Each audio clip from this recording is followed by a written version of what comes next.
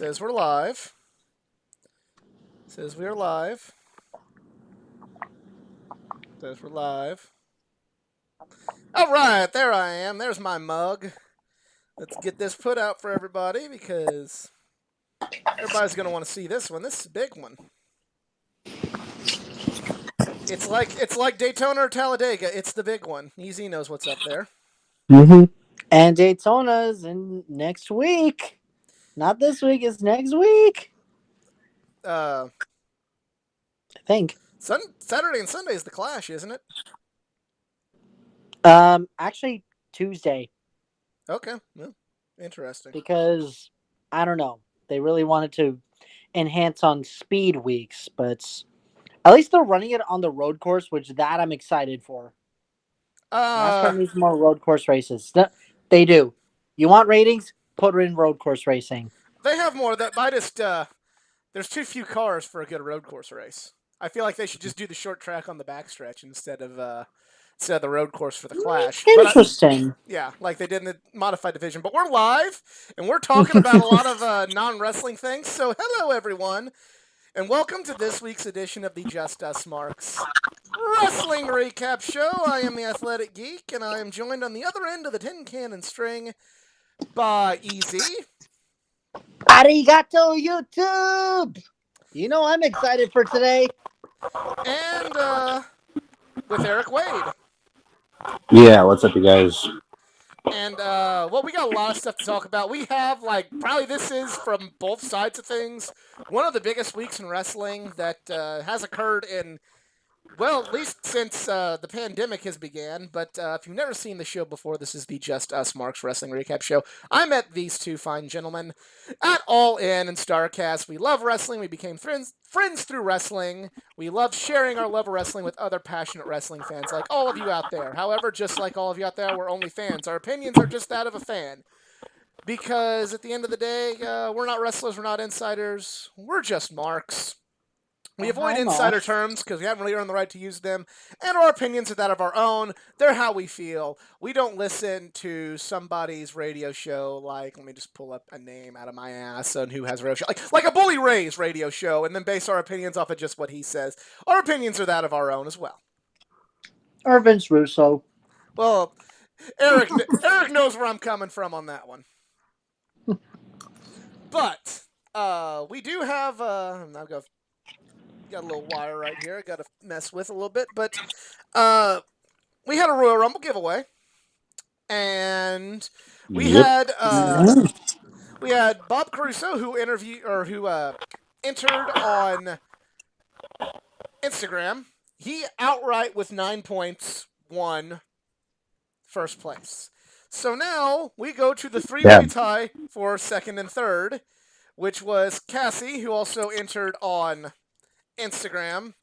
We have Marcel, who entered on Facebook, and we have Ray, who entered on Instagram as well.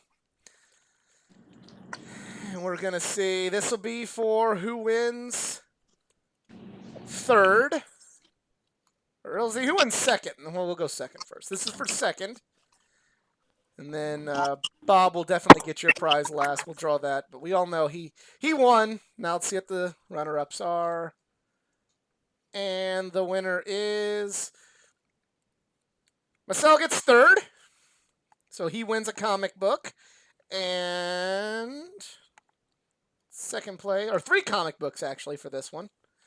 And 3 comic books and a figure will go to Ray. So Ray gets 3 comics and a figure. Marcel gets 3 comic books, and the big grand prize goes to Bob. So let's get Marcel's comic books drawn first. Pretty cool.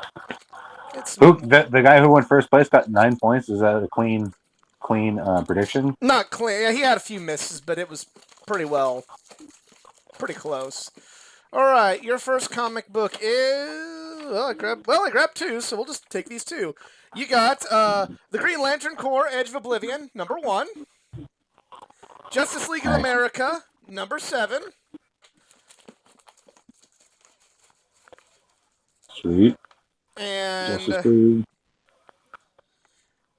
a reprint of Batman number 386. So there's 3 good comics for you. And then for Ray, let's get his 3 comic books drawn. Cool. First one is Champions number 11. This is an old school one, so that's not a bad get right there.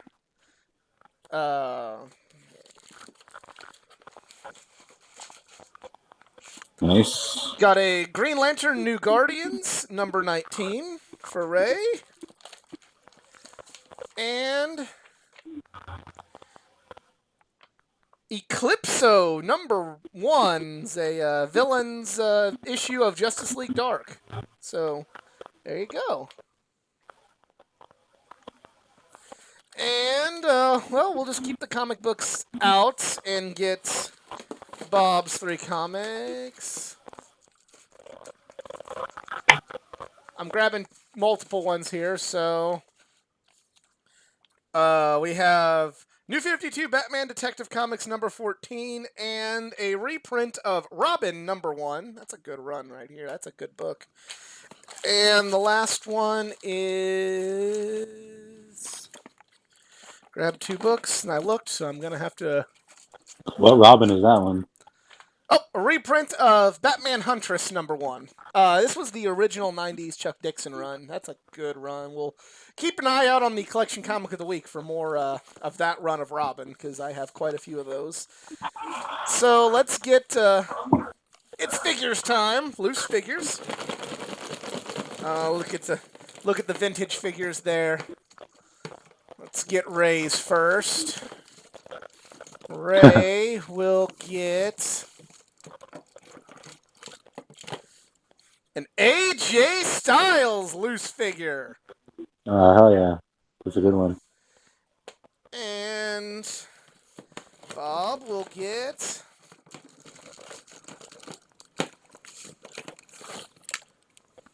The Rock. Titantron ready. If you got the Titantron, it'll play the music. So that's pretty good. Got some The $500 shirt. I got the $500 shirt on and everything. So we will get to the next part that everybody loves of this is the T-shirt. He gets a Bob, let me know if you feel comfortable accepting this one. It's an Alberto El Patron shirt. If you don't feel comfortable accepting a shirt from someone like him, let me know and we'll work something out. But if you want it, it's yours. Can we do a redo for him? That is a badass shirt, though. Yeah, but I'm giving him the option because he might just, it's a shitty shirt, but, it's clothing. He might be able to wear it where, just... That guy really let us all working down. out or working in the yard and just destroy or spray paint loser over it or something. And if you don't feel comfortable accepting it, we'll or firewood. Yeah, or firewood. Or you could donate to a homeless shelter because I don't think they care what kind of clothes they are. They got anything, but yeah, just my headphone wire accidentally touched all the buttons. But yeah, let somehow. me know on social media if you feel comfortable accepting that. If not, we'll definitely work something out in some way. And if you or let me know in the chat here before the end of the stream, we'll take care of you. But right now, that's what we got. We'll fix it if you don't like it. We only do this with wrestlers like this. Mm-hmm. Yeah, unfortunately, you can't just get like a Jay White shirt like I would and go like fuck that. No. Jay White, even though I dislike him as a wrestler, he's not been a predator of any kind. So, all right. So DVD is next. It is Pro Wrestling Guerrilla Dio. What match we got on here? Well, we got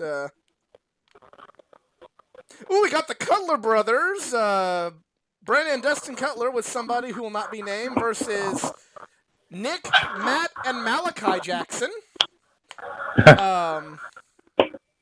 We have Brian Kendrick versus Kevin Steen. We got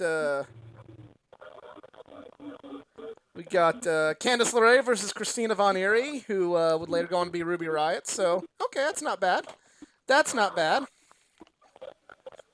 Let's see what else we got. Oh, we got the poster. Let's see what kind of poster we're getting today as the bonus prize.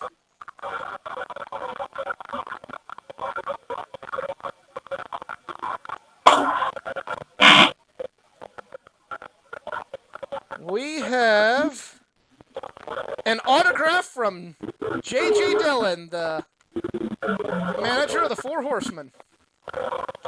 So yeah, not too bad of a prize pack this time. And like I said, just if you don't feel comfortable with this shirt, hit me up and we'll work something out. Yeah, it's pretty cool. Oh yeah, that's a big haul for everybody, and yeah. So congratulations to all our winners. Congratulations to everyone who won. Congratulations to everyone who won. Because you know who didn't win? Eric didn't win. Me. bunch of insiders over here stole my prizes. Yeah, I think they're the true heroes of everything. Is the insiders. So yeah. So the Royal Rumble, everyone. Let's start with the women's. What did you guys think of the women's Rumble? I guess Bianca Belair winning it. It's like, okay, I'll take that. I'm just like, okay. I mean, I'm still waiting for that amazing moment where NXT will finally win the Royal Rumble. But again, beggars can't be choosers, and I can't. Maybe you are asking a little too much as far as something like that is concerned. Maybe that won't happen. We'll see, but you know, OVW never won. OVW or FCW never won the Royal Rumble, so that may not be something that's just in the cards. But yeah, Bianca Belair winning it. I was okay with that decision. I was okay with that decision. Alexa Bliss, who I thought was going to be really a factor, was absolutely a non-factor in that match. Yeah. A minute. Yeah, I was gonna, because that was my pick to win, but I love the way that she lost because she was about to power up, and I was expecting him to fully do it, but black out and have her all of a sudden there with makeup and or whatever. I mean, cinematic kind of style. Hall lasted longer than her. But yeah, what's her Rhea Ripley? She's just like, there's my chance. Like, just fucking while she's powering up, just grab her and throw her out now. It made me chuckle, but right. I thought Bliss would have. We all picked Bliss, didn't we? We all did. Yeah. Yeah. Boy. Well, I don't know. I mean, we'll see what happens. I guess they're obviously going to set up a Bianca versus Banks match, or who knows? Maybe she'll try to fight Asuka. That would actually. Either factor is honestly not bad. Right? Yeah, it's a good I'd rather her not NXT. Don't rule them out, but we'll see. Yeah. I mean. Yeah, but also just because Bianca won, honestly, so say she goes to Mania and faces Sasha or something. I honestly think that they're just gonna put her aside anyway and have Charlotte triple threat it, but have her. No. Because I don't I see Bianca headlining for sure, or not headlining, but going for the belt at Mania, or whatever, just 1-on-1. Right. But maybe she can win it because give her moment, whatever, too. But we all learned from WrestleMania 35. Just because your last name is a Hall of Famer doesn't mean you should get a main event match. Right. Yeah. We'll tell Vince because I don't. WWE does so many swerves that you don't know what's going to happen from here until then. She might lose her spot at the next pay-per-view. Might be a triple threat. No, we don't. Because how we were saying now with Edge, maybe going against Balor or whatever. He went to NXT and said, "Oh, I never had this before." So then that freed up my prediction of Sheamus going on to face Drew for that spot at Mania because he can still take a loss, whatever, and then put Drew over good, and then for Roman, who knows? But yeah, it's just Right. like who knows what's gonna happen. But now let's get to something that's a little more controversial. Something that definitely took the wind out of my sails. Pretty hardcore. And that was Edge winning the men's Royal Rumble. Now, I want to say before we get started into this whole debate, because this has been on social media and in the internet wrestling community, this has been debated to death and criticized to death. I want to say for the record, I am more okay with Edge winning than Randy Orton, or I'm more okay with Edge winning than several other people that were included in that match. But did I just did Edge really need the Royal Rumble? Like, you could just tell me, like, Edge could go for the other title. Like, Edge could just wrestle Drew, or you could have Drew, Edge, and Sheamus, and I could be like, hey, cool. Like, that's cool. I buy into this. Daniel Bryan or somebody else could have, like, used the Royal Rumble to really, especially going up against somebody like Roman Reigns, really tell a much, much, much better story. But, I mean, good for Edge. I'm happy the guy's wrestling again. I loved the Edge and Christian reuniting kind of moment. That was awesome. yeah, Christian looked pretty good too Oh, wrestling. yeah. I thought he was. I I thought thought he it was was a done. good Rumble. It was a good Rumble, but it wasn't as good as last year's, which, I mean, made it to our Mount Rushmore. Which, by the way, thank you all for voting. 1992 was the fan vote for the last part, so thank you guys for that. Wasn't as good as last year's. Wasn't as good as both of the Rumbles in 2019. It wasn't as good as both of the Rumbles in 2018. Like, like it wasn't bad. It wasn't one of those like, oh god, it wasn't the 2015 or 2014 where they just completely missed the mark. Like, holy fucking shit, do you realize what you have done? It wasn't that bad, but it was also one of those like, okay, do you realize this could have been better? You know what I mean? Yeah. And Let's hear. He said, "What's up, SU?" Sue. Oh, Ray, and did you see the putting prizes you in got? You got Ray got third place. you got second place. Oh, second place. Yeah. So okay, putting I in got my two AJ and a cents. As much as I have idolized Edge from being little, especially being from the greatest city in the world, Toronto, Ontario, I'm I was not okay with this. I mean, I'm sorry. Like, why? What more does Edge have to accomplish? You're a Hall of Famer. That means like you have peaked. You've got everything. You are amazing. Like, I'm okay with him in the Royal Rumble, but to him win it, no. I mean, you had 28 other superstars. I mean, obviously we had 29 others, but again, I know Randy Orton would not be a greater pick.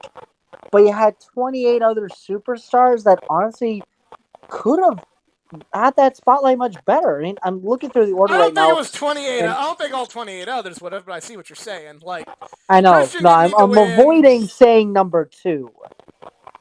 That's why.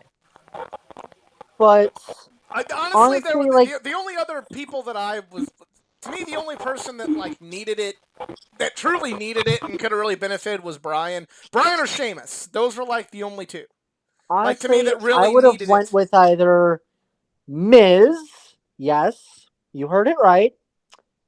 Yeah, I guess Daniel Bryan, finally get that Royal Rumble victory for him. And honestly, AJ Styles. I would rather see AJ Styles like Yeah. him versus McIntyre. That actually would be insane. AJ needs And a real main event at WrestleMania before he calls everything a please, like, career, but come that's on, not like going to happen.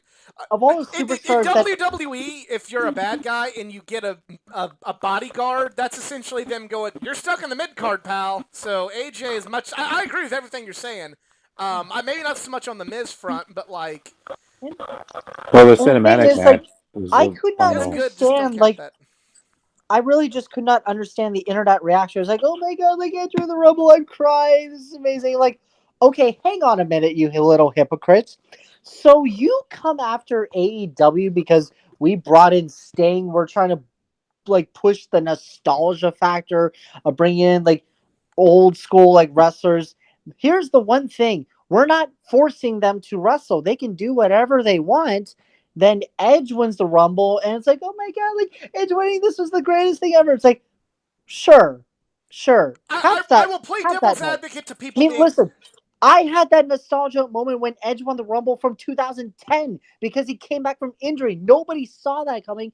Him win it, and even him winning it at WrestleMania against Jericho, that was amazing. He lost I against hope he won Jericho them. that year. Oh, But sorry. I just realized. Oh wait, I think he lost. But yeah, he either lost that one. way, But no, that I will play devil's advocate to a point. I can see that Edge means a lot to a lot of people, and I can see where somebody yeah, who's a big Edge fan can like it's not I'm still it's an not Edge an fan. awful decision. It's not an awful decision to the point to where like I can't see why people would be happy about it. But on the flip side, it's kind of like okay, like And it's kind of one of I those. It's like if you can go out to pizza and like you're literally going through like oh hey there's I'm gonna like mention a bunch of like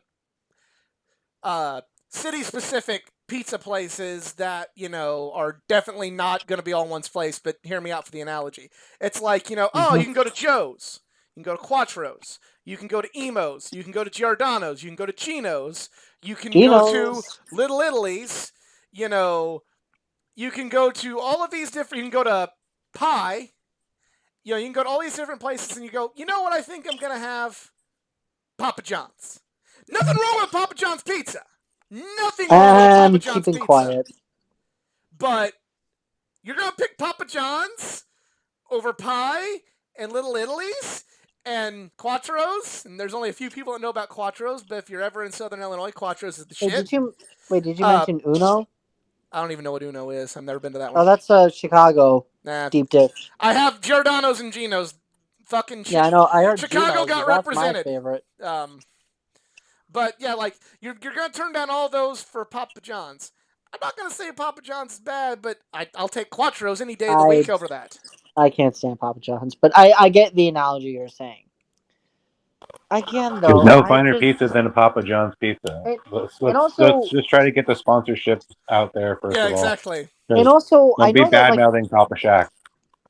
And I know that last week we all thought, okay, this is gonna be the Fiend winning the Rumble because he's not gonna even in the damn match. Not even in the damn match. I know. It's like, what are we doing? What are we doing? Like, are we? Like, I mean, hang on. If I'm not mistaken here, I mean, and this was a period where I actually wasn't watching wrestling, but I know about this return was, hang on, Randy Orton and Undertaker had a Buried Alive match at Armageddon, and then what was it, like 2 months later, Taker comes back in a flaming coffin? We seriously couldn't set that up? We couldn't have, honestly, the Fiend should have been number 30 instead of like his theme playing, like the lights turn out, and then suddenly you just see a guy in flames walking by, and it's the Fiend. He's fighting everyone while he's on fire. Seriously, that could have been amazing.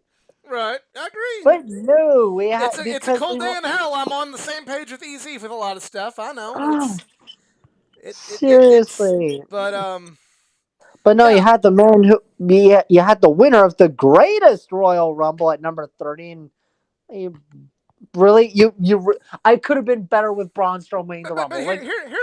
Here's my bigger gripe with that whole Royal Rumble. Okay. Well, nobody watches the Saudi shows, but yeah.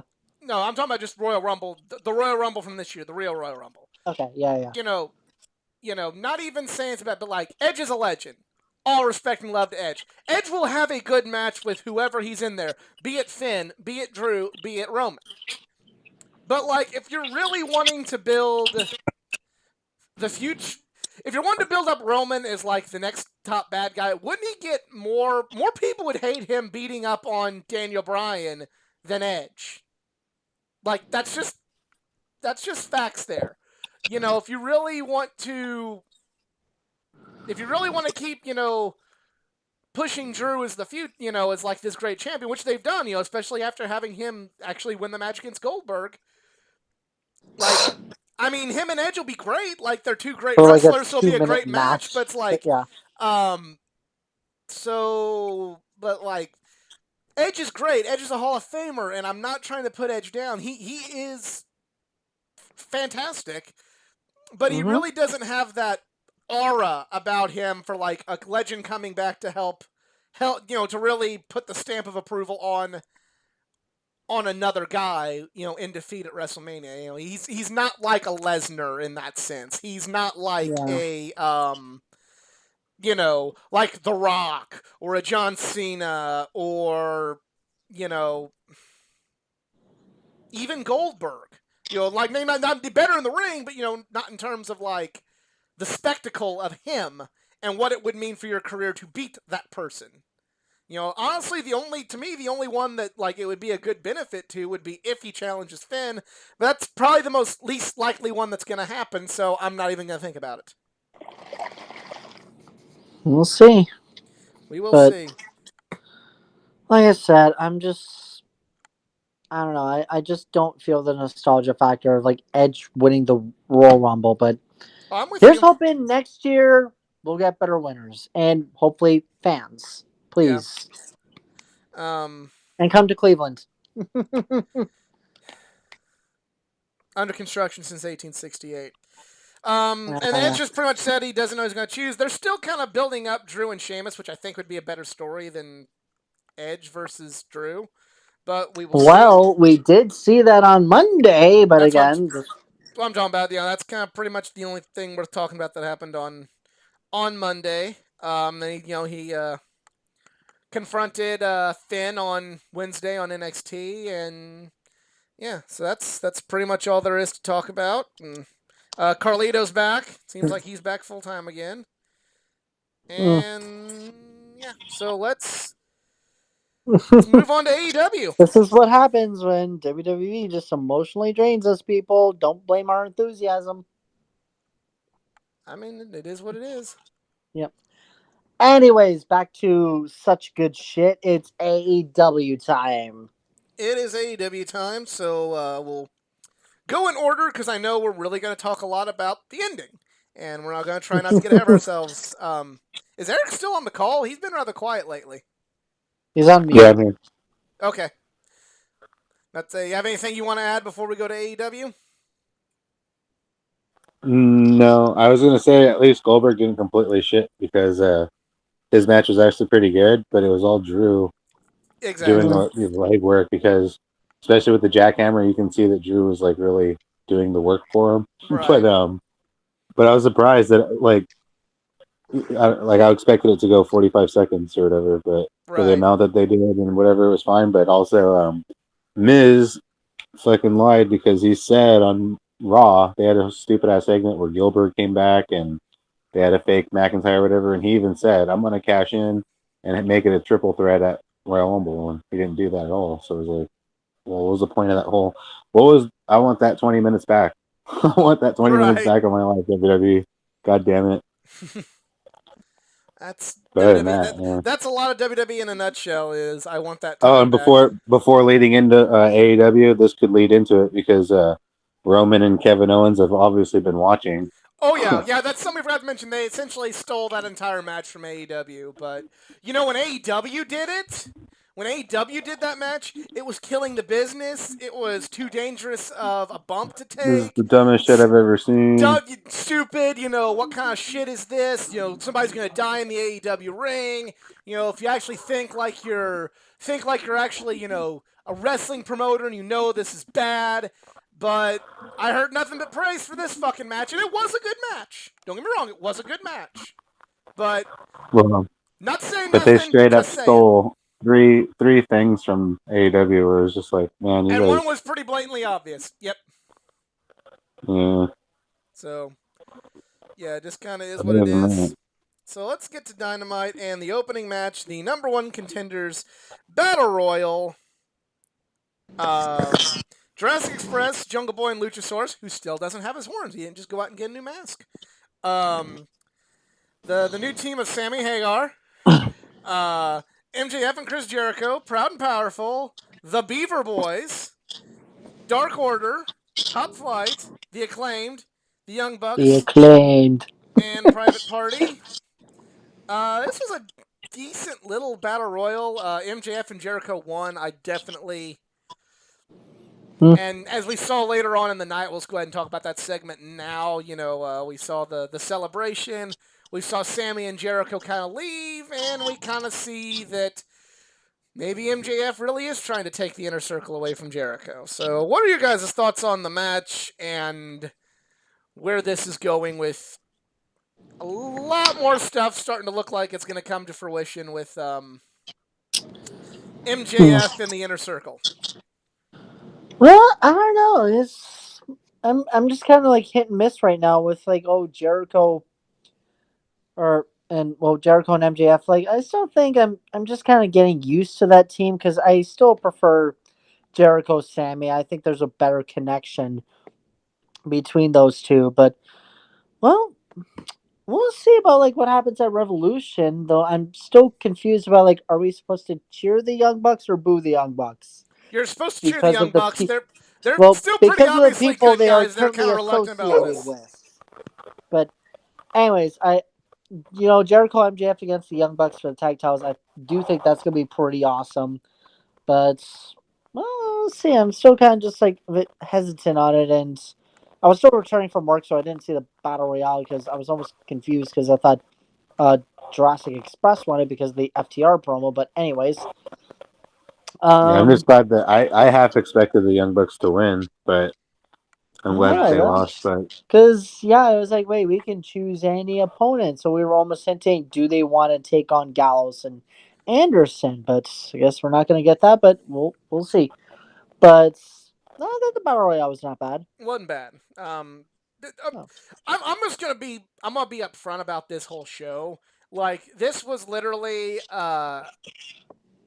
this was a show overall, but it had like the biggest hook at the end. Minus the ending, but yeah, it was. That's what I just said. It had the bigger hook at the end. end. I had to go back and watch the rest of the segments, but I tuned in right when the wedding was over, so that's why I was asking like if it was good or not. Yeah, I was right at the wedding. Okay, that was funny. I'm sorry. That is how you do a wedding crash.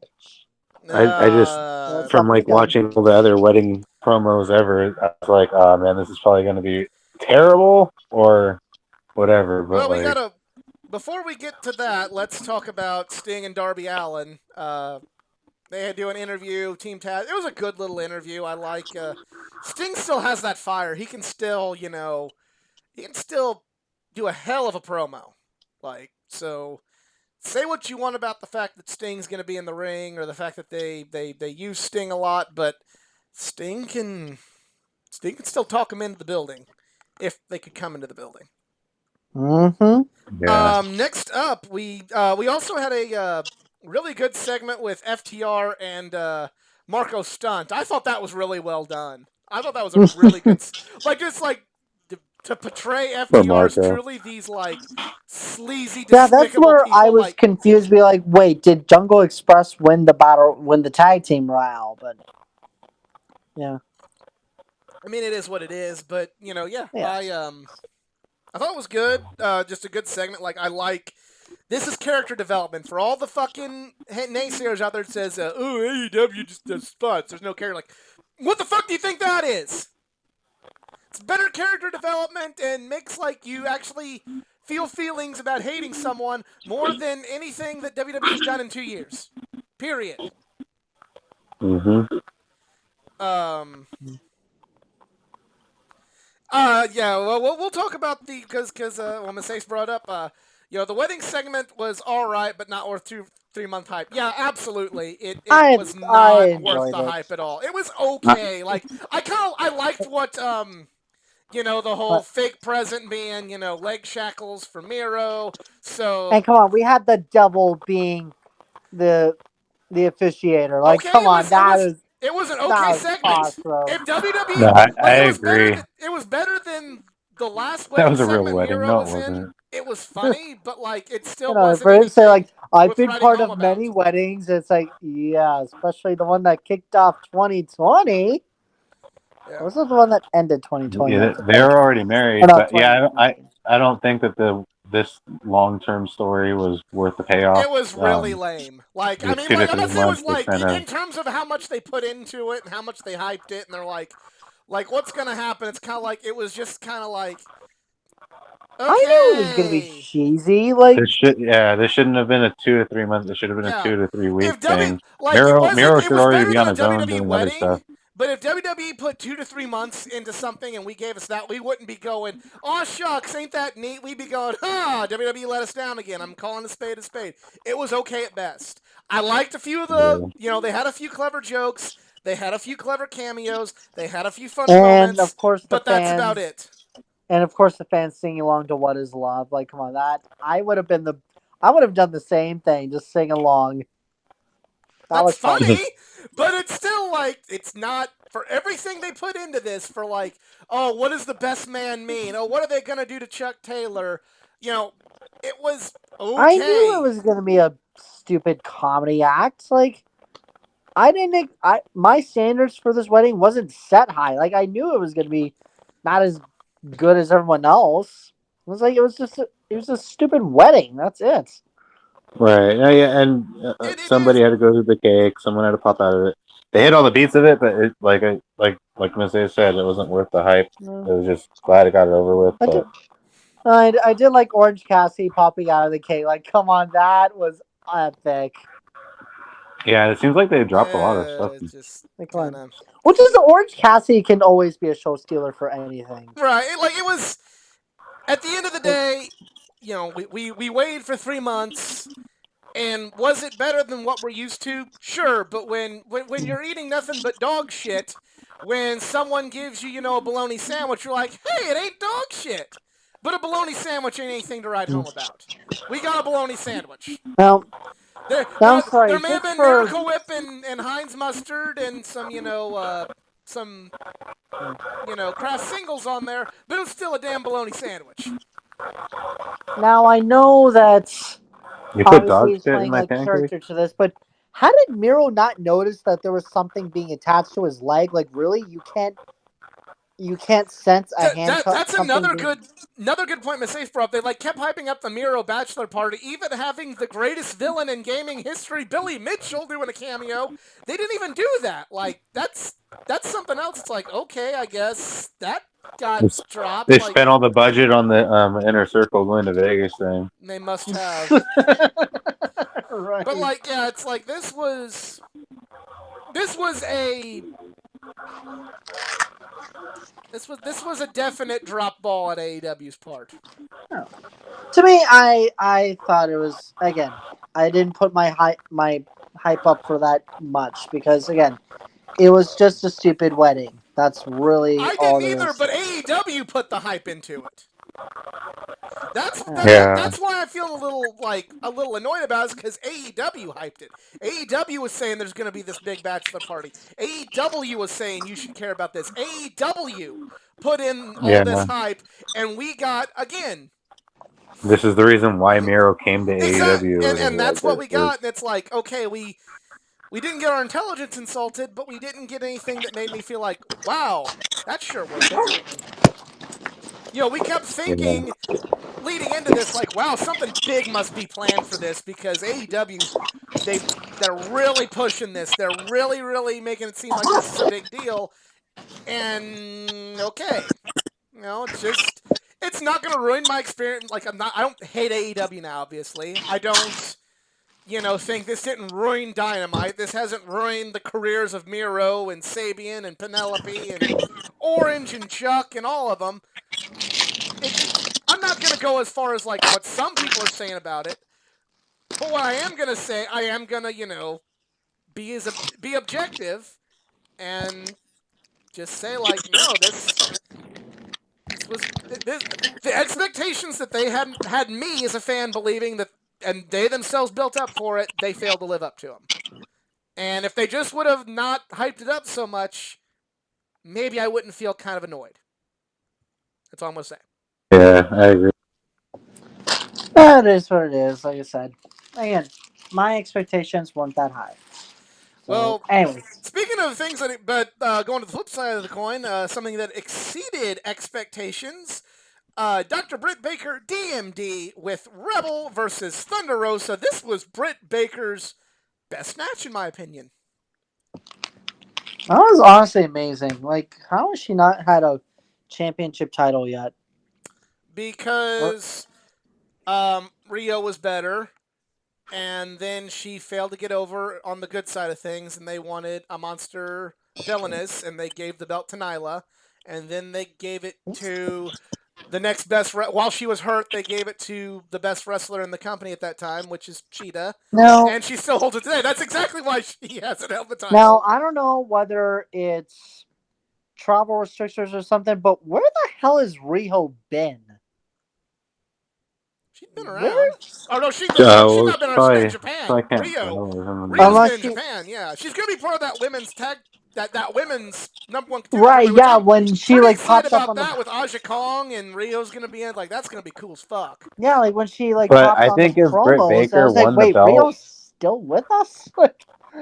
I think if Britt Baker would have won the belt by now, that she wouldn't have had this much character development. I think it kind of helped her waiting in line, because she's had, like, last year she was probably the breakout star, especially for the female, in any division, any company. Right. But she, if she would have had the belt, she would have just had these standard, weekly matches where she just faces new challengers or she whatever. But Britt became more complete by getting hurt, shooting those vignettes, having the wheelchair, having like essentially the Pope Mobile, Reba. With Reba, all these things, kind of the whole like, talk show segment. Being friends with Tony Schiavone, but still kind of being mean to him too, like all of that just really like made Britt the more complete character. And she, 1 year ago, was she this complete? No. When AEW first started and she was supposed to be, look up to her. When they made her the heroine, and she's all like, I'm a dentist and y'all should like me. It's like, okay, no. Yeah, she finally started breaking out during the cruise, during the when she made fun of Tony. Mm-hmm. Yeah. That's. But yeah, I think that she, of all people, benefited from just waiting in line and just doing her thing. Well, she'll get it, and then when she gets it, she'll see it that bigger. When she will, yeah, exactly. I could see her honestly winning this tournament. I don't know when that tournament starts. I might do a giveaway for that tournament. We'll see when that begins to see if that's something that I can swing. But I might just do a giveaway for the tournament. Who knows? Well, they say it's going to be half Japanese roster and half American roster. Half it's going to be from Japan, including the legendary Aja Kong and Rio coming back. And then, so we'll definitely see what's going on with that. And so next up we have Hangman Page and Big Money Matt versus the Chaos Project. And kind of a standard match. Not to be confused with the real Chaos. That's. I don't know. Sorry, I was trying to make a joke on that part. I see what you're saying. Just kind of that's like the most under the radar stable in wrestling. Hangman and Hardy, if they're tag team, they don't do anything. Should be called They're just the Hard like, Man. okay, we're together. But yeah, I like. And you have Matt trying to recruit Hangman Page, and Hangman trying to like go out on his own. I'm the only one that's just like, Hangman can't go out on his own. Why are we still trying to push this? What do you mean? Like, we already saw that he wasn't going to join Dark Order, which, with the most hilarious fail celebration, be like, yeah, he said yes. Like, no, he said no. He said no. Bye-bye.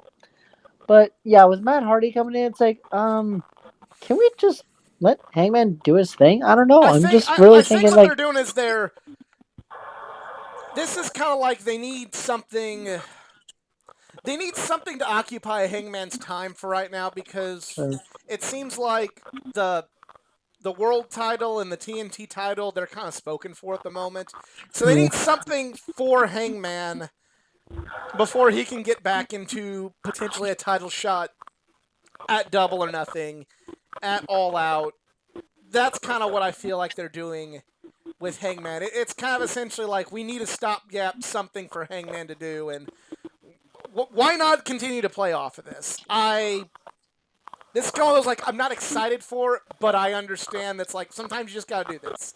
Sometimes not every program you're going to be in, not every storyline is going to be history making or going to be for a world title.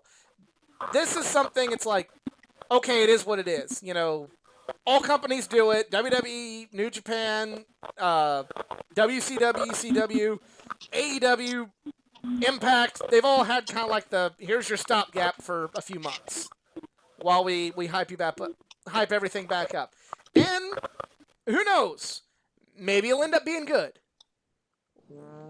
But but I don't feel like this isn't going to be, you know, Hangman. I feel the end game with Hangman needs to be the one to dethrone Kenny. But Kenny's still occupied with Moxley right now, which, okay, you know, so that means Hangman's got to find something to do. No. Yeah, I can see Hangman doing it, beating Kenny for the belt somewhere down the line. But he definitely needs a title because kind of the opposite of Britt. He's not really developing further than just being the funny drunk walking around at this point. But he's been doing it for a while. But I think sometimes you just got time. Like I think Hangman is more developed than that. I mean, obviously, I think Hangman could carry the company.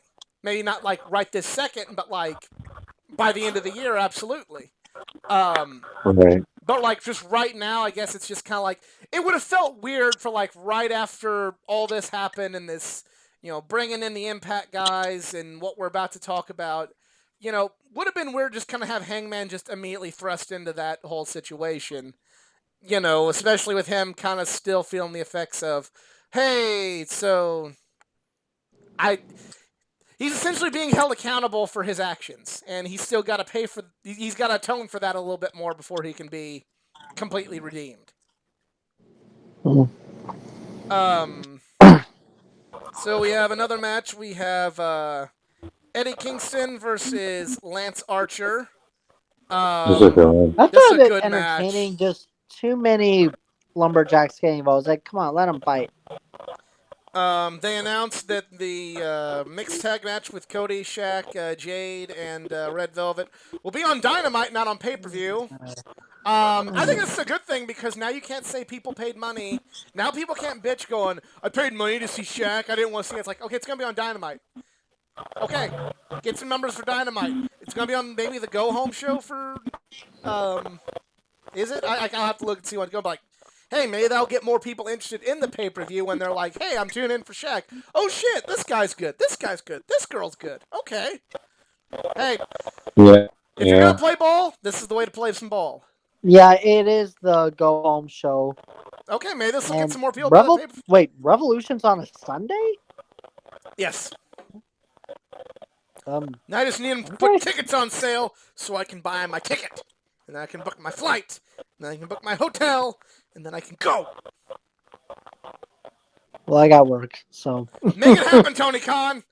Put them tickets on sale. Okay, now next week, Darby versus Janela. I'm not a big Joey Janela fan, so I'm not really hyped for this, but I'm sure it's going to be crazy. I'm looking forward to this one. They had that match earlier with it was a 3-way with Darby, Janela, and Havoc. Jimmy Havoc. That was pretty good. Although Darby kind of was in the background for that one a little bit, but right. I think they're gonna have a great match. I mean, come on, the coffin drop using a Cracker Barrel is honestly really entertaining. I was there. For that. I was there for I that. could watch that all day. No way, Janela's gonna win, but I think they'll put on a good match. So we have a really good 6-man tag with Omega and the Good Brothers versus. This is what you came for, people. Moxley and Pac and Phoenix. Phoenix is fucking killing it. I want to see Phoenix. I want to see fucking Phoenix and Darby go out for the TNT title right now, especially while Pentagon's not there. Oh fuck yeah, I want to see some Darby versus Phoenix action. Yeah, Penta's injured, right? That's what I thought. I think it's immigration stuff or work visa stuff. Oh, Or I thought he was injured, but well, he was written. I think it was. If it's not, it's injury, but like they wrote him out, obviously. So Death Triangle stole DDP's Diamond Cutter thing. When they made their entrance, they both did the diamond symbol, and then they like as like a triangle, you know. right. And I was like, oh, that's fine enough, but then they did the bang thing too. I was like, no, you can't do that part if you're really gonna do the triangle. Like, But the match happens, and eventually at that the was end, that honestly was entertaining. Good match. Check it out. But at the very end, the surprise that everybody's been kind of speculating about. Kenta shows up, hits the GTS on Moxley. I'm going to just be honest here, not a good-looking GTS compared to Kenta's normal GTSs, but still hits it. Either way, okay, well, fucking Kenta shows up to AEW. Everyone on Twitter just exploded. Everyone believing the forbidden door has not only been knocked down, it's been busted open. So yeah, this is where we're going to be analyzing, is this the beginning of what we were finally hoping to be the AEW New Japan relationship? Well, yeah, because he's that's wearing a Bullet Club shirt, or it's a Go to Sleep Club shirt, but it's a you can order it whatever already. On the sleeve it says Bullet Club, but it's made for that night because it has the Florida logo on it, whatever. It's like the Orlando one. So they obviously knew about it. They obviously made the shirt especially for it. So and they're using Bullet Club, the logo and name. So it's pretty obvious that like if this is the first of many or the first time they're going to cross over, or maybe they're just trying to cross promote the match with Moxley. Yeah, really, like before we get way too ahead of ourselves, keep in mind this could just be a couple matches because Moxley's defending and hopefully dropping the IWGP US title because New Japan needs that belt more than Moxley does at this point. So send it to New Japan. He's going to have a match too with Kenny. Yeah. No, Kenny said, "Oh, dude, I'm glad you're here." Whatever. And he's just like, "I'm not here for you." And he's like, so that "All right, well, let's do a tag team next week." So I feel like Kenta's going to wrestle on AEW before he wrestles Moxley, I think. Right. So yeah, that's what's going to happen. Well, again, so, I also feel like they're brewing something up. That's a big deal. It's like, let's just say on a fantasy world level that Bullet Club finally invades AEW and they're just like, okay, what are you doing? You're saying that like you're reuniting the Bullet Club. Like, we kicked you out. So what do you think you're doing? I would honestly set this up as, and again, thank God we don't have storyline writers. The wrestlers do it themselves. But I would honestly set up just a mega Bullet Club match. And again, this is coming from the mega fan here, but just match up between New Japan's current Bullet Club and then the Bullet Club we have with Kenny, Good Brothers, and the Young Bucks. Like, good old 5-on-5. Here's the one problem I have with that. Here's the one problem I have with that. Who's good and who's bad in that match? Because there's nobody likable in the Japanese Bullet Club. Other than the Young Bucks, there's nobody likable on the other side. So it's like, honestly, who do you root for? That's not something that you can do something like that in Japan. Well, sure. That's not something that translates well to American fans very well. I would honestly have Team Kenny win it, and Kenny takes back full control of Bullet Club. Be like, okay, finally, the greatest faction in modern wrestling today is back, and we're going to be badder than ever. And they just banish, the members they think they're not worthy. Jay White being one of them. Yes, I just said it. So at this point, AEW has worked with people from NWA, Impact, and New Japan. So no other company has done that, especially on live stream TV or whatever. So they're if they keep this up, this is going to make them open to truly go over the top this year. Here's what I would do with this. I would not go full on war because you got to take into consideration when you're working with another company that you're going to have to. There's going to be egos involved. and that's not necessarily a bad thing, but like there's all these people going, "Oh, we need Kenny back in the G1. We need this. We need Okada in AEW." And I'm like, time out. You know, see, here's the Kenny thing. doesn't have to be in the G1. I'm okay with it. Hear me out. When the New Japan Okay. people would go to Ring of Honor, basically it was just kind of because Ring of Honor needed New Japan more than New Japan needed Ring of Honor. Let's just be honest here. So when the New Japan guys would go to ROH, more often than not, it was, "Hey, we're gonna put the New Japan guys against the Ring of Honor guy, and the New Japan guys are winning." And Ring of Honor would go, "Okay," because they needed the New Japan guys. AEW doesn't need New Japan. So what's gonna happen when they say, "Okay, we're gonna have Moxley versus Okada at Full Gear, and Okada's winning, and AEW goes, hold on a second. Mox is our top good guy. He's not just gonna roll over and die." That sort of thing happens. So how does that? No, I can see Okada totally beating Mox on AEW. I could Like, see, but this it's seems like like something they would do. But it's like okay, how much is gonna be? How much is too much? How many times are we gonna have? Like those are some. To me, I'm all for the dream matches. There's so many. Like I want to see. I'd like to see like Jay and Cody. I'd like to see. You even heard me say I want to see Jay White in a match. I want to see like Moxley and Darby. I want to see Shingo and Kenny. I want to see all these different matches that could happen. But I also, Jay White and Hangman. yeah, I want to see so many of these different things play out. But it's also like, okay, where's the balance? Where's the give and take, and how much give and take is there going to be in this relationship? Because I don't want to. Again, I ranted on this a few weeks ago. I don't want to see just this influx of New Japan people go in and go, "We own the place now. Oh, bye bye MJF, bye bye Darby Allin, bye bye Sammy Guevara, bye bye Brian Cage. We're New Japan and we own it now." I just have Likewise, another dream match: Naito versus Pac. that'd be great. Yeah. So No, I think some of those guys you're talking about have made a name for themselves too much already. Now they have too much star power to be pushed aside.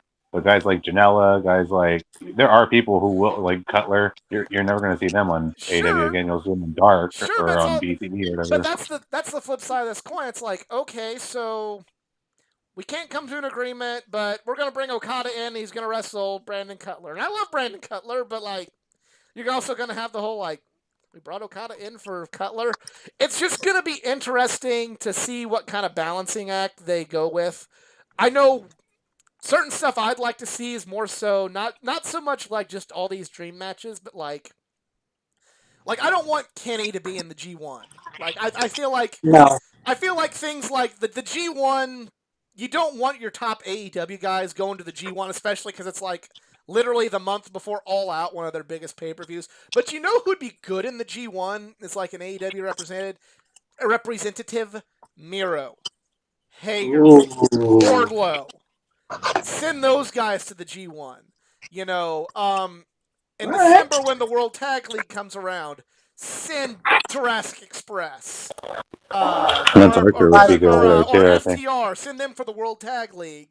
That way, as long as they don't have to win the tournament, but as long as they win more than they lose, they still look good. As far as New Japan guys in AEW, to kind of find that balancing act, I'd say one match I think that should happen is Tanahashi versus Jericho. Tanahashi's the never open weight champion right now, so maybe they've been teasing that for months. Yeah, even so have Jericho and Tanahashi part 2. Have the whole Jericho went to Japan and beat Tanahashi, so Tanahashi can come to America and beat Jericho. That's fair. Or Naito, or if you're gonna have if you're gonna have to have New Japan people go over other people, like don't pick the main event guys. Like elevate Ricky Starks by having him wrestle Naito, or maybe not Ricky Starks, but Jungle Boy. Somebody like, okay, he can take the loss, but it's like, hey, but we're elevating him still, so it's good. Something like that. I do feel that Yeah, eventually you're going to have Ibushi and Kenny, but that, as I've said in a past stream, that's down the road. Like, that's going to be a 5-star match for sure. exactly, like you don't just give that away 3 months in. That's something that you have to let simmer and you got to let burn and you got to let build to the biggest crescendo that could ever happen. That's not something Yeah, you do at All Out this year. That's not something you do at Revolution next year. That's something you simmer towards that, you know, I, I'm gonna compare it to it. It's like when you're making love. You really gotta, you gotta scale it back so you can have the best, the best ending when you make love. you think Kenny and Ibushi will have a wedding segment on Dynamite one day? Um, That's I don't. actually was going to be my next question. Are we ever going to get an Ibushi Kenny match on AEW or an AEW pay per view? Good point, Miss Ace. Cesaro's contract expires this year. Him and the G1, that would be sweet. I feel like Cesaro would do really well in New Japan. He's pretty loyal, though. I think he would have probably left by now, but I don't know. Unless they don't sign him again Yeah, or whatever, but exactly. they might just throw money at him to keep him. But that's just kind of like He's what pretty loyal over there. I'm all for like the fantasy. Like it's great. And there's a lot. This is uncharted territory for a major U.S. promotion. But I also think that we also need to keep reality into perspective before we fantasize too much. Because if we think we're going to have all this different stuff happen, not knowing that there's a lot of moving parts and there's a lot of people you got to make happy with this relationship, we're only setting ourselves up for a disappointment. I think they kind of had a missed opportunity on it, though, because what he should have done is he should have came in, grabbed Moxley, and just put him up on the shoulders and did the GTS right away, and had everyone freak out because they thought it was CM Punk, and then he could have just unmasked him and beat him. But right, You he know looked what? good Yeah. though. He looked like he was ready to go. Like he looked like a star. So yeah, he didn't look like that in NXT for him well. Yeah, honestly, I think that could have been better. The mask guy just comes, attacks Moxley, does the GTS, then everyone's like, "Oh my God, CM Punk here." It's like, nope, you just got punked. It's Kenta. Well, I'm gonna say this: most people would not think it was CM Punk. I mean, at least the people that watch AEW. I think most people know. Like, most And people I would think put there's a certain there would be certain people somebody that I think would not want him on the company. Period.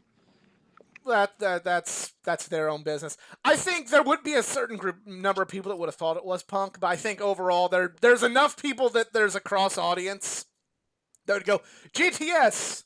Moxley's getting ready to wrestle Kenta. It's Kenta. So I don't know that Yeah, they're that's true. and Punk got that move from Kenta. Yeah, Just I know there's a yeah, lot and of then people I had to correct. Daniel Bryan stole all of his kicks and stuff from him too. So it's like he's the Yeah, most ripped off wrestler. right. Well, Kenta showed him those kicks. Yeah, I know, but They had a like, hell of a match in ROH, which if you ever get the opportunity to see that match, it's amazing. Kenta and Daniel Bryan. but without Kenta, we wouldn't have some of the favorite moves from some of the favorite superstars that we know today or whatever. So it's kind of crazy. He's an innovator, that's for sure, and it's all kind of goes to like how misused he was. Even in NXT, he was misused. Part of it's his was his injuries, Yeah, but he seems to be doing okay for himself right now. And by God, he better win that fucking match. They need that damn belt back. But yeah, it's just I'm excited. There's a lot of great things that could happen. There's also some things that, as a Who fan knows base, what could happen? who knows what could happen. But as a fan base, we really got to keep things into perspective.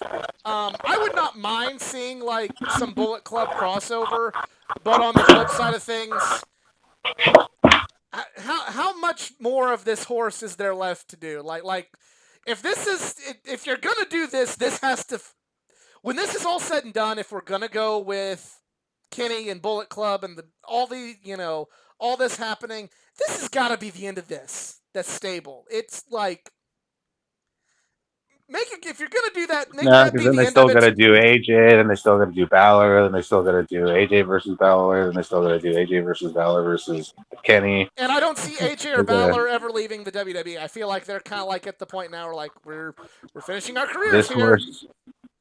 horse is dead, but it's not beaten into. It's not pulverized yet. There's still a You know, lot of beating to do. I will concede these possibilities make me more interested in the Bullet Club than I was 2 months ago, but it still doesn't make me think any more highly overall of that the Bullet Club's best days are remain in 2018. You know, I I, would, I just thought the thought occurred to me that I would hold off on a full Bullet Club invasion until Double or Nothing, because that's supposed to be, again, fingers crossed, because people need to wear their masks more. But fingers crossed, if we get our first big show of AEW back in Vegas for Double or Nothing, I would honestly put the Bullet Club invasion leading more to there, or at least start it there, so that way you actually have people there to freak the fuck out that holy crap, more New Japan guys are coming to AEW. I don't even think they should do a full on Bullet Club invasion or 5-on-5 or anything like that. I feel like there just No, needs just show up and just make no. everyone crazy, like what Moxley did for the debut. I feel like it would be better if they just had like different people in the Bullet Club show up. Like I'm not a big fan of their work, but it does translate well into for an American audience. Don't have a full on Bullet Club invasion, but like have Gorillas of Destiny attack the Bucks and set up a Gorillas of Destiny versus Young Bucks match for All Out. That would be cool. You know, That I'd be all right with. just something like that. You don't have to bring Evil and Jay and you know Taiji and fucking Chase Owens. Predator Owens or Chase. any of those people. Like just kind of bring certain people in where you can fit them in and have them wrestle certain people that you think they could maybe do some business with. Have Gorillas of Destiny versus the Young Bucks. Okay, have That have apology was all for nothing. have Cody versus Jay.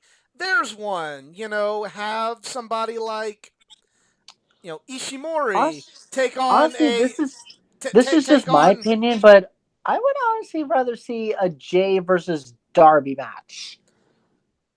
Both of them with like mystical personalities in character in real life, but Jay White versus Darby Allin would actually be a killer for me.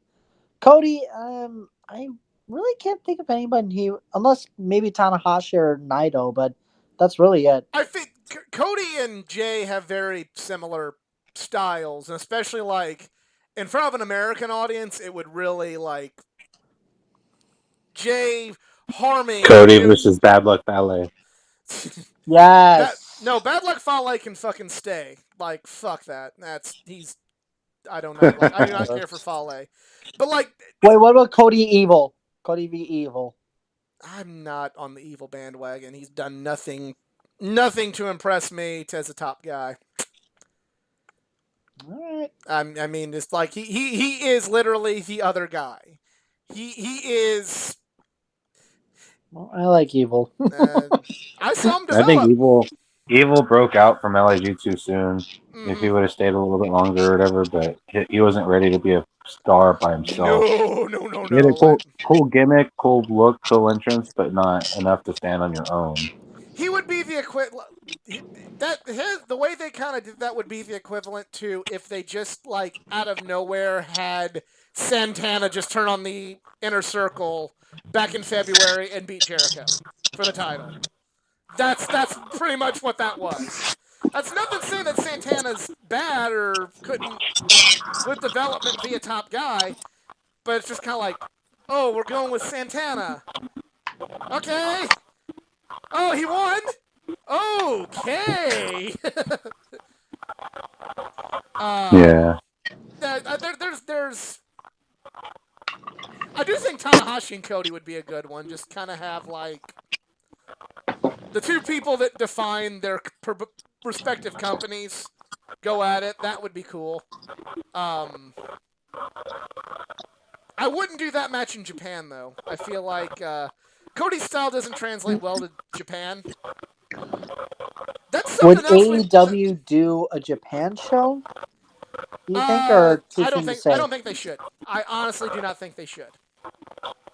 Okay. I think they would. It sounds I like think so. they. The I feel like they AEW would. I doesn't. mean, You you've seen can't put a like limit on God what knows they how do many because times they literally WWE will has do done shows anything. in Japan. I'm not saying that they won't do it. I'm just saying let's not. Or they're like down.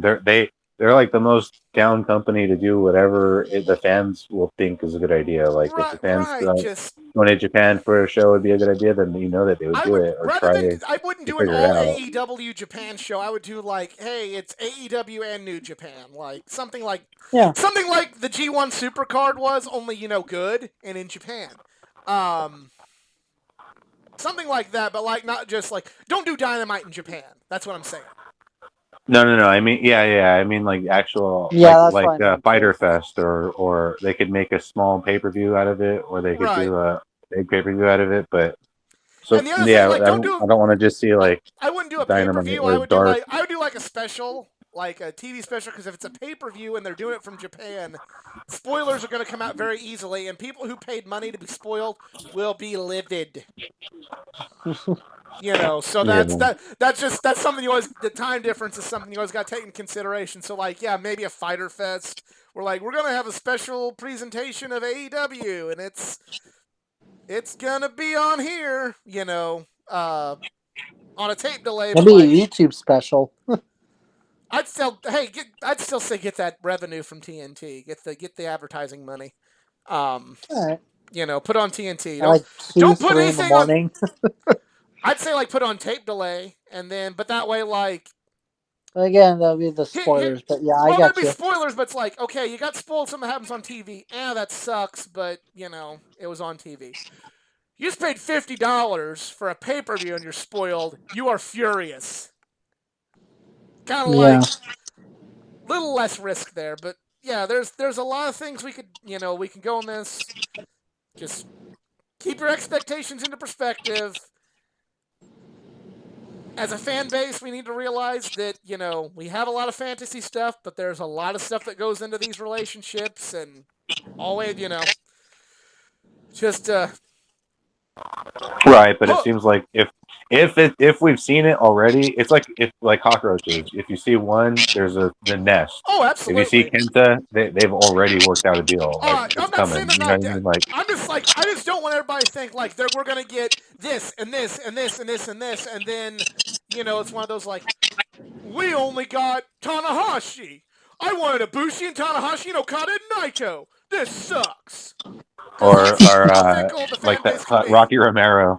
I'm telling you, I've seen Rocky Romero so many times, and I've just been like, why the fuck do they keep putting like every time New Japan came to the America shows these last few years? Rocky Romero has always been on the card in some fashion. I'm just like, why the hell do I keep on seeing Rocky Romero? Like, why do they think he's worthy of having a spot here? But whatever. Like, Right. I see what you're saying. That's like just be excited. We have every reason to be pumped up. This is exactly what we've wanted. But, remember, AEW is still its own company. New Japan's still its own company. There's a lot of things that go into this, so be ready for anything, but still keep perspective. Mm-hmm. And that's pretty well all there is this week. Final thoughts from anyone? no, I thought, yeah, just it was a good week of wrestling. No, it was. I'm just still emotionally drained from yesterday. Just Kent out of nowhere. I literally like jumped on my couch thinking, "You gotta be fucking kidding me! It's Kenta." Yeah. But Well, we'll WWE, I mean, see what AEW happens. certainly knows how to This is the use spark stars for shock that value. has broken the forbidden doors. So who knows who else is going to invade Just or keep your eyes cross peeled. Surprise promote? after surprise. Exactly, And but maybe we'll. Well, then again, we have All Out, but we could have like a second insurrection of All In that really kicked off everything. But anyways, I I digress. my final thoughts, other than telling everybody, please keep things into perspective, so you don't get Yeah, like pissy if the ultimate fantasy doesn't come to fruition. this is this But is just our predictions. It could happen. It could not. It might well, not happen. I mean, you all saw our Royal Rumble predictions. It really didn't happen. yeah, not even in the damn match. But my final thought is, I It just want to doesn't point this. even go here. I want to point this out about AEW. I mentioned at the top of the show, the three of us all met it all in. Where they wanted to change the world and they wanted to break down barriers. And a few months later, AEW is announced, and a lot of people were thinking, okay, it's just another wrestling. It's good, but it's just another wrestling company. Where's those broken barriers? About 2 years after Yeah. the announcement of AEW, the barriers are starting to get broken. So, Started with Impact of all places so too. yep. So it's taken them a little while, and it may not be And everything that we thought it would be, I but think it won't AEW necessarily. AEW has finally really kind of come full circle on their original mission statement with All In. That's my final thought. And I think when we finally get like full crowds again at AEW, we're gonna probably see more and more crossover promotions. You know, Possibly. it's gonna get everyone hyped. It's gonna keep AEW on top of the quote unquote Wednesday night wars. Right. Because they believe in like, hey, we're not just promoting our brand, we're promoting others because this is how wrestling works. Yeah, that's how you Right. keep it alive. Hmm. Yeah. I mean, and not again on a sports perspective. Take NASCAR and IndyCar for example. They're doing a double header for one weekend in August. I hope to be there, but again, that is fingers crossed on how long we can live in this mask world. Right. Yeah, I'm with you there. It's No, it's good. It's good I for the mean, wrestling industry, and if Vince is always going to be around, they're always going to be a top company. I mean, they just pocketed $1 billion. You know, but this is going to help wrestling overall outside of Vince. So, yeah, and just as a fun fact, back in the early '90s, WWE and New Japan actually did cross over a couple of not in the times. '90s and the '80s. Oh, not then. '90s there was another promotion that Junichiro Tenryu ran that Oh, WWE I thought I collaborated with, read but that they crossed It over. wasn't New Japan. There was some New Japan crossover in the '80s. Like there's a match with like Hogan defending the WWF title in the Tokyo Dome with Vince McMahon. Yeah, like that stuff happened, but I think that's not what in I the was thinking '90s. of. Not in the '90s. The '90s, WWF was very secluded at that point. But Okay. all right, that is our final thoughts. That is the show this week. We want to thank everybody for joining us. We want to congratulate our winners once again. Uh, Bob, hit me up. Let me know if you're okay with that, and we'll discuss iron out the details. But congratulate all the winners. We will be doing a Revolution giveaway, and keep your eyes peeled. We might do, no promise, we might do the number one contenders women's tournament bracketology giveaway too. So just um, just keep your eyes peeled for a final thought on that, and if you enjoyed, please give a like, share, subscribe for more content, not just from the world of pro wrestling, but from the world of anime, gaming, comic books, and all things geek culture. Follow me on my social media pages, facebook.com/athleticgeek89, Twitter athletic_geek89, Facebook athleticgeek89, and if you'd like to help the channel out financially, hit me up on Patreon, patreon.com/athleticgeek89, and I am selling some collectibles, not the big ones you see here, but some collectibles on eBay. So stay tuned to my Twitter pages if you're interested in buying some figures or comics or some Funko Pops. Easy. I just realized I need to know how much value there is in that one room alone of all the stuff you got. But anyways, guys, I'm not just a wrestling fan, but I'm also just an advocate for mental health, which is how I operate my social media channels. You can find me at the following: on Instagram, it's Speak Easy Insta. On Snapchat, yes, you heard that right, it's Speak Easy Snap. On TikTok, yes, you heard that right. On TikTok, it's Speak Easy TikTok. And then on Twitter, it's Speak Easy Tweets. Again, those are my mental health motivational channels because, everyone is going through really rough patches in their lives, and we honestly need to say that it's okay. You got people that support. Yeah, I support these two gentlemen all the time, and no matter where we are and how far in the world. And I'm even on a path to I want to become a life coach one day. So, but anyways, like I said, my social media channels, they are Speak Easy Insta, Speak Easy Snap, Speak Easy TikTok, and Speak Easy Tweets. I love you, gentlemen, so much. It's always a pleasure to be on here. Absolutely love having you. Eric, you got anything for sale on Makari? Yeah, Bob's number one prize is his first place prize lot. I took a screenshot of it. It's already up there. So if you guys want to buy it before he ships it out, hit me up on Mercari. Well, no one may buy that one, but thank you everybody for tuning in. For Easy and Eric, I'm the Athletic Geek. We're just Marks, and we're out. Have a good one. All right. Good night. All right. Yep, that's